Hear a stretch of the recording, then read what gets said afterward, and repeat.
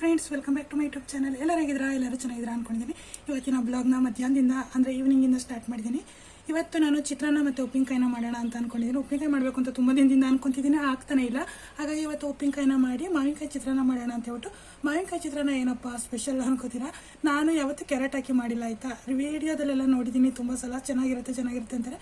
But ಮಾಡಿಕೊಟ್ಟಿರೋದನ್ನ ತಿಂದು ಇದ್ದೀನಿ ನಾನು, ಚೆನ್ನಾಗಿರುತ್ತೆ. ನಾನೊಂದ್ಸಲ ಟ್ರೈ ಮಾಡೋಣ ಅಂತ ಹೇಳ್ಬಿಟ್ಟು ಇವತ್ತು ಟ್ರೈ ಮಾಡಿದ್ದೀನಿ. ನೋಡಿ ಹೇಗೆ ಮಾಡಿದ್ದೀನಿ ಅಂತ ಹೇಳ್ಬಿಟ್ಟು. ಹಾಗೆ ಉಪ್ಪಿನಕಾಯಿ ರೆಸಿಪಿ ಕೂಡ ಇದೇ ವಿಡಿಯೋದಲ್ಲಿ ಶೇರ್ ಮಾಡಿದ್ದೀನಿ, ನೋಡಿ ಸಪೋರ್ಟ್ ಮಾಡಿ. ಹಾಗೆ ಯಾರೆಲ್ಲ ನನ್ನ ಚಾನಲ್ ನೋಡ್ತೀರಾ, ಪ್ಲೀಸ್ ನನ್ನ ಚಾನಲ್ನ ಸಬ್ಸ್ಕ್ರೈಬ್ ಮಾಡ್ಕೊಂಡು ಆಲಂತ ಬಟನ್ನ ಕ್ಲಿಕ್ ಮಾಡಿ, ಆಲಂತ ಬಟನ್ನ ಕ್ಲಿಕ್ ಮಾಡಿ, ಇಲ್ಲಾಂದರೆ ನಿಮಗೆ ನೋಟಿಫಿಕೇಶನ್ ಬರಲ್ಲ. ಹಾಗೆ ಲೈಕ್ ಮಾಡಿ, ಕಮೆಂಟ್ ಮಾಡಿ, ಶೇರ್ ಮಾಡಿ ಅಂತ ಕೇಳ್ಕೊಳ್ತೀನಿ. ಇವತ್ತಿನ ಡೇ ಏನೇನಾಗುತ್ತೆ, ಡೇ ಅಲ್ಲ ಈವ್ನಿಂಗಿಂದ ಏನೇನಾಗುತ್ತೆ ಎಲ್ಲ ಶೇರ್ ಮಾಡ್ತೀನಿ, ನೋಡಿ ಸಪೋರ್ಟ್ ಮಾಡಿ. ಕಲ್ಲುಪ್ಪನ್ನ ಮನೇಲಿ ಹೆಂಗೆ ತುಂಬಬೇಕು ಅಂದರೆ, ಬರೀ ಹಿಂಗೆ ಡೈರೆಕ್ಟು ಉಪ್ಪನ್ನು ಹಾಕೋದಲ್ಲ. ಪಿಂಗಾಣಿದು ಒಂದು ಬೌಲನ್ನು ತಗೊಂಡು, ಬೌಲಲ್ಲಿ 5 ಕರಿಮೆಣಸು, ಹಾಗೆ 1 ರೂಪಾಯಿ ಕಾಯಿನು ಮತ್ತು 5 ಲವಂಗ ತೊಗೊಂಡಿದ್ದೀನಿ. ಇವಿಷ್ಟು ನಾನು ಬಾಕ್ಸ್ ತಳದಲ್ಲಿ ಹಾಕೋಬೇಕು.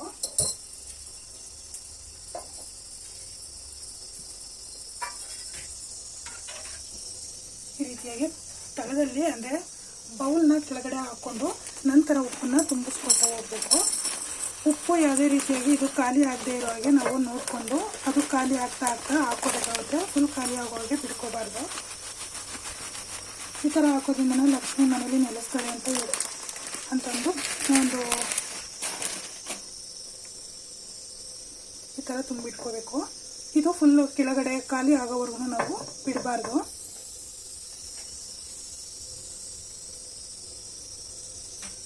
ಇಷ್ಟೇ, ಉಪ್ಪನ್ನ ಈ ಥರ ಈ ರೀತಿ ತುಂಬಿ ಇಡೋದ್ರಿಂದ ಲಕ್ಷ್ಮಿ ಮನೆಯಲ್ಲಿ ನೆಲೆಸ್ತಾರೆ ಅಂತ ಹೇಳ್ತಾರೆ. ಅದಕ್ಕೋಸ್ಕರ ನಾನು ಇವತ್ತು ಫಸ್ಟ್ ಟೈಮ್ ಯೂಸ್ ಮಾಡ್ತಾ ಇದ್ದೀನಿ. ನಾನು ರೀಲ್ಸಲ್ಲೆಲ್ಲ ನೋಡೇನೆ, ಇವತ್ತು ಹಾಕಿರೋದಾಯ್ತಾ. ಖಾಲಿಯಾಗಿತ್ತು, ಇಷ್ಟು ದಿನ ಹಾಕಿರಲಿಲ್ಲ. ಅದಕ್ಕೋಸ್ಕರ ಇವತ್ತು ನಾನು ಜೋಡಿಸ್ಕೊಂಡೆ. ಹಾಗೆ ಈ ಮಾವಿನಕಾಯಿ ಇದೆಯಲ್ಲ, ಈ ಮಾವಿನಕಾಯಲ್ಲಿ ಉಪ್ಪಿನಕಾಯಿ ಮಾಡೋಣ ಅಂತ ಅಂದ್ಕೊಂಡಿದ್ದೀನಿ. ಇದನ್ನು ತೊಳೆದು ಇಟ್ಕೊಂಡಿದ್ದೀನಿ. ತೊಳೆದು ನೀಟಾಗಿ ನೀರಿಲ್ದೇ ಒರೆಸಿ ಇಟ್ಕೋಬೇಕು. ನೀರಿತ್ತು, ಉಪ್ಪಿನಕಾಯಲ್ಲಿ ನೀರೇನಾದರೂ ಇತ್ತು, ಮಾವಿನಕಾಯಲ್ಲಿ ನೀರಿದ್ದು ಉಪ್ಪಿನಕಾಯಲ್ಲಿ ಸೇರ್ಕೊಂತು ಅಂದರೆ ಉಪ್ಪಿನಕಾಯಿ ಕೆಟ್ಟೋಗ್ಬಿಡುತ್ತೆ. ಉಪ್ಪಿನಕಾಯಿನ ಇದರಲ್ಲಿ ಹಾಕಿದ್ದೀನಿ ಫ್ರೆಂಡ್ಸ್. ಇವತ್ತು ಉಪ್ಪಿನಕಾಯಿ ಹಾಕತ್ತಿನ ಮುಂಚೆ ಇವತ್ತು ಒಂದು ಮಾವಿನಕಾಯಿ ಚಿತ್ರಾನ್ನ ಮಾಡಿಬಿಡೋಣ. ತುಂಬ ದಿನದಿಂದ ಮಾಡಬೇಕು ಅಂದ್ಕೊಂಡು ಮಾಡ್ತಾನೆ ಇಲ್ಲ. ಹಾಗಾಗಿ ಇಲ್ಲಿ ರೈಸ್ನ ಇಟ್ಟಿದ್ದೀನಿ, ರೈಸ್ ಆಗ್ತಾ ಇದೆ. ಈ ಕಡೆಗೆ ಮಾವಿನಕಾಯಿಗೆ ಏನೇನು ಬೇಕೋ ಎಲ್ಲದನ್ನು ತಕ್ಕೊತೀನಿ. ಒಂದು ಮಾವಿನಕಾಯಿನ ತುರ್ಕೋತೀನಿ. ಉಪ್ಪಿನ ಬಾಕ್ಸ್ನಲ್ಲಿ ಹಾಕಿದ್ದನ್ನು ದಯವಿಟ್ಟು ಯಾರೂ ಮರಿಬೇಡಿ, ಹಾಕಿ ಅಂತ ಯಾಕೆ ಕೇಳ್ಕೊತಿದ್ದೀನಿ ಅಂದರೆ, ಅದೇ ಥರ ಮಾಡ್ಕೊಳ್ಳಿ ಅಂತ. ನನಗೆ ಅದನ್ನೆಲ್ಲ ಆ ರೀತಿ ಜೋಡಿಸಿದ ಮೇಲೆ ನನಗೆ 1/2 ಅವರ್ 1 ಅವರಲ್ಲೇ ನನಗೆ ರಿಸಲ್ಟ್ ಕೂಡ ಸಿಕ್ತು.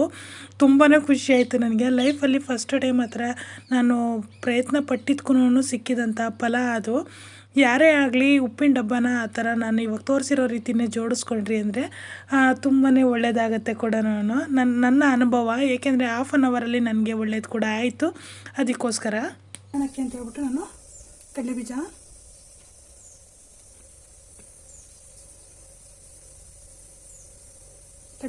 ಮೆಣಸಿನ್ಕಾಯಿ, ಬೆಳ್ಳುಳ್ಳಿ ಜಜ್ಜಿ ಇಟ್ಕೊಂಡಿದ್ದೀನಿ, ಕೊತ್ತಂಬರಿ ಸೊಪ್ಪು ತಗೊಂಡಿದ್ದೀನಿ, ಜೊತೆಗೆ ಸ್ವಲ್ಪ ಅರಿಶಿನ ಪುಡಿ, ಆಮೇಲೆ ಮಸಾಲೆ ಬಾಕ್ಸು, ಜೀರಿಗೆ, ಕಡಲೆಬೇಳೆ, ಉದ್ದಿನಬೇಳೆ, ಸಾಸಿವೆ, ಒಣಮೆಣಸಿನ್ಕಾಯಿ, ಇಷ್ಟಕ್ಕೆ ಇದು ಕರಿಬೇವಿನ ಸೊಪ್ಪು ಫ್ರೆಂಡ್ಸ್.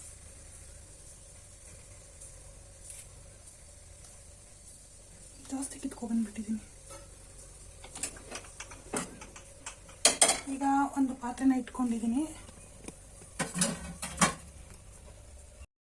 ನಾನಿಲ್ಲಿ ಒಂದು ಬಾಣಲೆಗೆ ಕಡಲೆಬೀಜನ ಎಣ್ಣೆ ಹಾಕ್ಕೊಂಡು ಕಡಲೆಬೀಜನ ಫ್ರೈ ಮಾಡಿ ಒಂದು ಸೈಡ್ಗೆ ಎತ್ತಿಟ್ಕೊಂಡ್ಬಿಡ್ತೀನಿ. ಏಕೆಂದರೆ ಅವನ್ನ ಅದರಲ್ಲೇ ನಾನು ತೇಲಿಸೋದಿಲ್ಲ.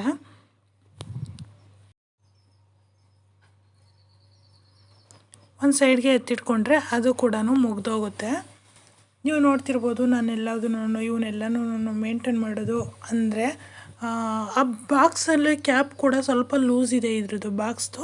ಅದಕ್ಕೋಸ್ಕರ ಅದನ್ನೆಲ್ಲ ಹಿಂಗೆ ಅಲ್ಲಾಡಿಸ್ಬಿಟ್ರೆ ಎಲ್ಲಿ ಬಿದ್ದೋಗ್ಬಿಡುತ್ತೋ ಅನ್ನೋ ಒಂದು ಟೆನ್ಷನ್ ಅಷ್ಟೇ. ಅದಕ್ಕೆ ಸಾಸಿವೆ, ಜೀರಿಗೆ ಮತ್ತು ಕಡಲೆಬೇಳೆ, ಉದ್ದಿನಬೇಳೆ ಎಲ್ಲದನ್ನು ಸೇರಿಸ್ತೀನಿ. ಉದ್ದಿನಬೇಳೆ, ಕಡಲೆಬೇಳೆ ನಾವು ಸ್ವಲ್ಪ ಎಕ್ಸ್ಟ್ರಾನೇ ಸೇರಿಸ್ಕೋಬೇಕು. ಯಾಕಂದರೆ ಇದು ಗೊಜ್ಜು ಥರ ಆಗಬೇಕು ಅಂದರೆ ಸ್ವಲ್ಪ 1 ಸ್ಪೂನ್ ಎಕ್ಸ್ಟ್ರಾನೇ ಹಾಕೋಬೇಕು ಡೈಲಿ ಹಾಕೋದಕ್ಕಿಂತ.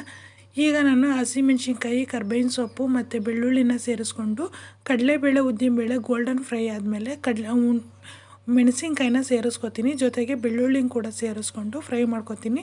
ಬೆಳ್ಳುಳ್ಳಿ ಗೋಲ್ಡನ್ ಫ್ರೈ ಆಗಬೇಕು ಫ್ರೆಂಡ್ಸ್, ಅಲ್ಲಿವರೆಗೂ ಹುರ್ಕೊಂಡ್ರೆ ಮಾತ್ರ ಟೇಸ್ಟ್ ಚೆನ್ನಾಗಾಗೋದು. ಅರಿಶಿನ ಹಾಕಿಟ್ಟು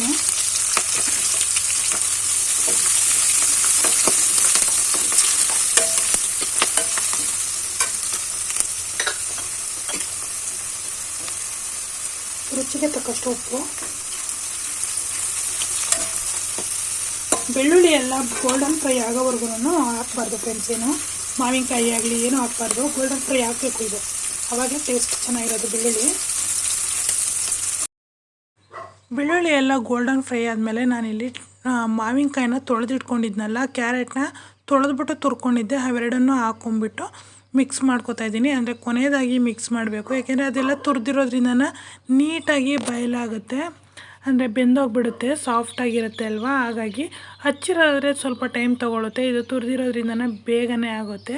ಸ್ವಲ್ಪ ಎಣ್ಣೆಲ್ಲೇ ಡೀಪ್ ಫ್ರೈ ಮಾಡಿಕೊಂಡ್ರೆ ಅದು ಕೂಡ ಮುಗ್ದೋಗುತ್ತೆ. ಜೊತೆಗೆ ಕೊತ್ತಂಬರಿ ಸೊಪ್ಪನ್ನ ಕೊನೆಯದಾಗಿ ಮಿಕ್ಸ್ ಮಾಡಿಕೊಂಡೆ. ಇದಕ್ಕೆ ಕಾಯಿ ತುರಿ ಕೂಡ ಸೇರಿಸ್ಕೋಬೋದು, ಇಲ್ಲ ಕೊಬ್ಬರಿ ಕೂಡ ಸೇರಿಸ್ಕೋಬೋದು. ಕಾಯಿ ತುರಿ ಸೇರಿಸಿದ್ರೇ ಟೇಸ್ಟ್ ಚೆನ್ನಾಗಿರುತ್ತೆ. ನನಗೆ ಸ್ವಲ್ಪ ಉಪ್ಪು ಕಡಿಮೆನೇ ಅನ್ನಿಸಿತ್ತು, ಯಾಕೆಂದರೆ ನಾನು ಅನ್ನ ಎಲ್ಲ ಕಲಸಿದ ಮೇಲೆ ನಾನು ಟೇಸ್ಟ್ ಮಾಡಿದ ಮೇಲೆ ಸ್ವಲ್ಪ ಉಪ್ಪು ಕಡಿಮೆನೇ ಆಗಿತ್ತು. ನಮ್ಮ ಮನೇಲಿ ಉಪ್ಪು ಸ್ವಲ್ಪ ಜಾಸ್ತಿ ಹಾಕಿದ್ರೆ ಎಲ್ಲ BP ಇರೋರೇ ಇರೋದು, ಹಾಗಾಗಿ ನಾನು ಸ್ವಲ್ಪ ಕಂಟ್ರೋಲಲ್ಲೇ ಹಾಕ್ಬಿಡ್ತೀನಿ. ಯಾಕೆಂದರೆ ಉಪ್ಪು ಕಡಿಮೆ ಇದ್ರೂ ಉಪ್ಪು ಕಡಿಮೆ ಹಾಕೋದೇ ಇಲ್ವಾ ಅಂತಾರೆ, ಹಾಕಿದ್ರೂ ಉಪ್ಪು ಜಾಸ್ತಿ ಹಾಕಿದ್ಯಾ ಅಂತಾರೆ. ಅದಕ್ಕೋಸ್ಕರ ನನಗೆ ಆ ಉಪ್ಪು ಹಾಕಬೇಕಾದ್ರೆ ಸ್ವಲ್ಪ ಟೆನ್ಷನ್ ಆಗಿಬಿಡುತ್ತೆ. ಅದಕ್ಕೋಸ್ಕರ ಸ್ವಲ್ಪ ಕಡಿಮೆ ಇದ್ರೂ ಪರವಾಗಿಲ್ಲ ಅಂತ ಹೇಳ್ಬಿಟ್ಟು ಕಡಿಮೆನೇ ಹಾಕ್ತೀನಿ. ರೈಸ್ನ ಹಾಕಿ ಮಿಕ್ಸ್ ಮಾಡ್ಕೋಬೇಕು. ಅಂದರೆ ಸ್ವಲ್ಪ ರೈಸು ತಣ್ಣಗಾದ್ಮೇಲೆ ಹಾಕೊಂಡ್ರೆ ಚೆನ್ನಾಗಿ ಉಡಿಯಾಗಿರುತ್ತೆ.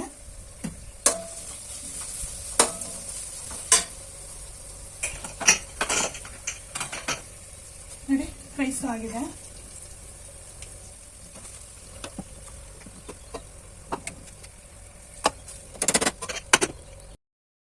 ನೀಟಾಗಿ ಅನ್ನನ ಮಿಕ್ಸ್ ಮಾಡ್ಕೋಬೇಕು ನಿಧಾನಕ್ಕೆ. ನಾನು ಸ್ವಲ್ಪ ಹೊತ್ತು ಆರಿಟ್ಟಿದ್ರೆ ನೀಟಾಗಿರ್ತಿತ್ತು, ಅಂದರೆ ಅನ್ನ ಉಡಿಯಾಗೇ ಇತ್ತೆ, ಬಿಸಿಗೆ ಸ್ವಲ್ಪ ಆ ಥರ ಕಚ್ಕೊಂಡಿರೋ ಥರ ಕಾಣ್ತಿದೆ ಅಷ್ಟೇ. ಬಟ್ ರೈಸ್ ಮಾತ್ರ ಚೆನ್ನಾಗಾಗ್ತಿದೆ. ಮೊನ್ನೆಲ್ಲ ಹೇಳ್ತಿದ್ನಲ್ಲ, ಇದು ತುಂಬ ಹೊಸ ಅಕ್ಕಿ ಫ್ರೆಂಡ್ಸ್, ಸೊಸೈಟಿದು ರೇಷನ್ ಅಕ್ಕಿ, ಅದಕ್ಕೋಸ್ಕರ ಈ ಥರ ಆಗ್ತಿದೆ, ಗಂಜಿ ಥರ ಆಗ್ತಿದೆ ಅಂತ. ಬಟ್ ಹಂಗೇನಾಗಿರಲಿಲ್ಲ, ಚೆನ್ನಾಗೇ ಬಂದಿತ್ತು ಇವತ್ತು. ಅಂದರೆ ಸ್ವಲ್ಪ ದಿನ ಲೇಟ್ ಆಗಿತ್ತಲ್ಲ, ಅದಕ್ಕೋಸ್ಕರ. ಈ ಕಡೆ ಉಪ್ಪಿನಕಾಯಿ ಹಾಕೋಕ್ಕೆ ಅಂತ ಹೇಳ್ಬಿಟ್ಟು ಮಾವಿನಕಾಯಿ ಕೂಡ ಕಟ್ ಮಾಡ್ಕೊತಿದ್ದೀನಿ ಫ್ರೆಂಡ್ಸ್. ಮಾವಿನಕಾಯಿ ತುಂಬ ದಿನದಿಂದ ಹಾಕಬೇಕು ಅಂದ್ಕೊಂತಿದ್ದೆ, ಆಗ್ತಿರ್ಲಿಲ್ಲ. ನಾನೊಬ್ಬಳೇ ತಿನ್ನೋದು. ನಾನು ನಮ್ಮನೆಯವರು ತಿಂತಾಯಿದ್ರು, ಬಟ್ ಅವ್ರು ಜಾಸ್ತಿ ಏನು ತಿನ್ನಲ್ಲ. ಮ್ಯಾಂಗೋ ಇಷ್ಟಪಡ್ತಾರೆ, ಮ್ಯಾಂಗೋದಾದರೆ ತಿಂತಾರೆ. ಹಾಗಾಗಿ ನಾನು ಉಪ್ಪಿನಕಾಯಿ ಹಾಕೋಣ, ಮನೇಲಿ ಉಪ್ಪಿನಕಾಯಿ ಇರಬೇಕಲ್ವ, ಯಾರಾದರೂ ಬಂದರೆ ಹೋದರೆ ಎಲ್ಲ ನೆಂಚ್ಕೊಳ್ಳೋಕ್ಕೆ ಸೈಡ್ಗೆ ಸ್ವಲ್ಪ ಇರಲೇಬೇಕು ಅಂತ ಹೇಳ್ಬಿಟ್ಟು ತುಂಬ ದಿನ ಇದ್ದೇ ಇರುತ್ತೆ ಇದು ಉಪ್ಪಿನಕಾಯಿ ಅಂತೇಳಿ ಉಪ್ಪಿನಕಾಯಿನ ಹಾಕ್ಕೊಳ್ಳೋಕ್ಕೆ ಟ್ರೈ ಮಾಡ್ತಿದ್ದೀನಿ. ಈ ಥರ ನೋಡಿ ಉದ್ದುದಕ್ಕೆ ಅಂದರೆ ನಾನು ಉದ್ದು ಕಟ್ ಮಾಡಿಬಿಟ್ಟು ಅದರಲ್ಲಿ 2ರಿಂದ 3 ಪೀಸ್ನ ಮಾಡಿದ್ದೀನಿ ಒಂದು ಮಾವಿನಕಾಯಿ ಪೀಸಲ್ಲಿ. ಹಾಗಾಗಿ ಈ ಥರ ಕಟ್ ಮಾಡಿಕೊಂಡು ಒಂದು ಸೈಡ್ಗೆ ಎತ್ತಿಟ್ಕೋತೀನಿ. ನನಗೆ ಇಷ್ಟು ಮಾವಿನಕಾಯಿ ಹಚ್ಬೇಕಾದ್ರೇ ಒಂಥರ ತಲೆ ಕೆಟ್ಟೋದಂಗೆ ಆಗೋಯ್ತು. ಇನ್ನೂ 4 ಮಾವಿನಕಾಯಿ ಇತ್ತು, ಅದನ್ನು ಕೂಡ ಹಚ್ಕೊಂಡು ನಂತರ ನಿಮಗೆ ಸಿಗ್ತೀನಿ. ಯಾಕೆಂದರೆ ಒಂದೇ ಸಲ ವೀಡಿಯೋದಲ್ಲಿ ತೋರಿಸ್ತಾ ಇದ್ದರೆ ಲಾಂಗ್ ವಿಡಿಯೋ ಆಗೋಗ್ಬಿಡುತ್ತೆ. ಚೆನ್ನಾಗೈತೇನ್ರಿ ಚಿತ್ರಾನ್ನ? ಈಗ ಕ್ಯಾರೆಟ್ ಹಾಕಿದ್ದೀನಿ, ಅದಕ್ಕೆ ಚೆನ್ನಾಗಿದೆಯಾ?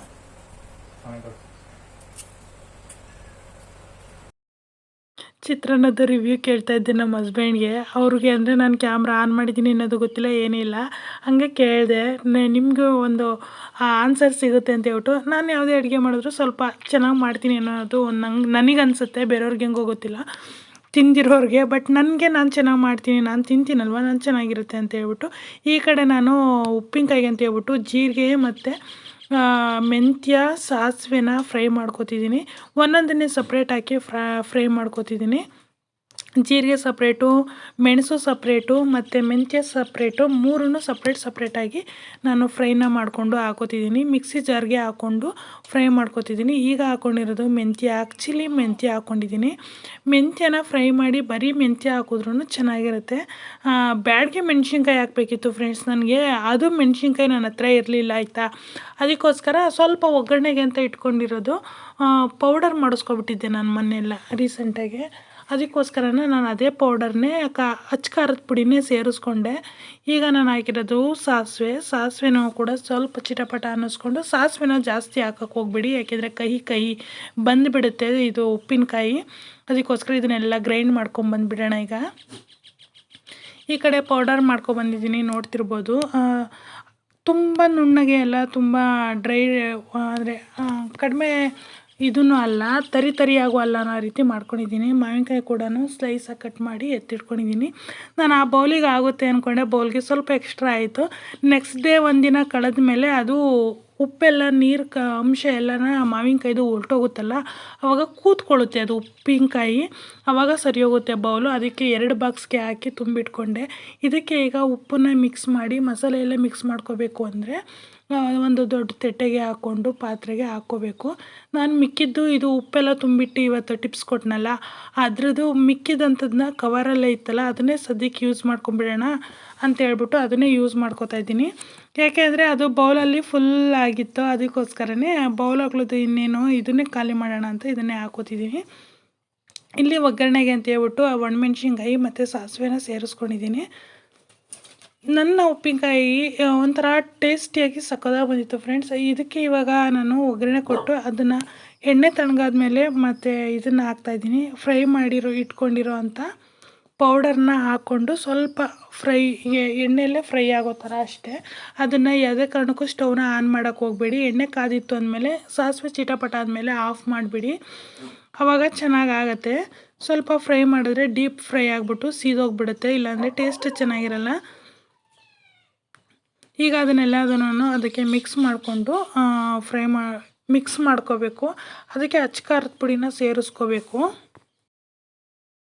ಅಚ್ಚ ಖಾರದ ಪುಡಿ ಒಂದು 4-5 ಸ್ಪೂನ್ ಹಾಕ್ಕೊಂಡಿದ್ದೀನಿ. ಏಕೆಂದರೆ ಇದು ಸ್ವಲ್ಪ ಖಾರ ಕಡಿಮೆ ಇರುತ್ತೆ, ಅದಕ್ಕೋಸ್ಕರ. ಉಪ್ಪಿನಕಾಯಲ್ಲಿ ಖಾರ ಮತ್ತು ಉಪ್ಪು ಎಕ್ಸ್ಟ್ರಾ ಇದ್ರೇ ಅದು ತುಂಬ ದಿನ ಬಾಳಿಕೆ ಬರೋದು.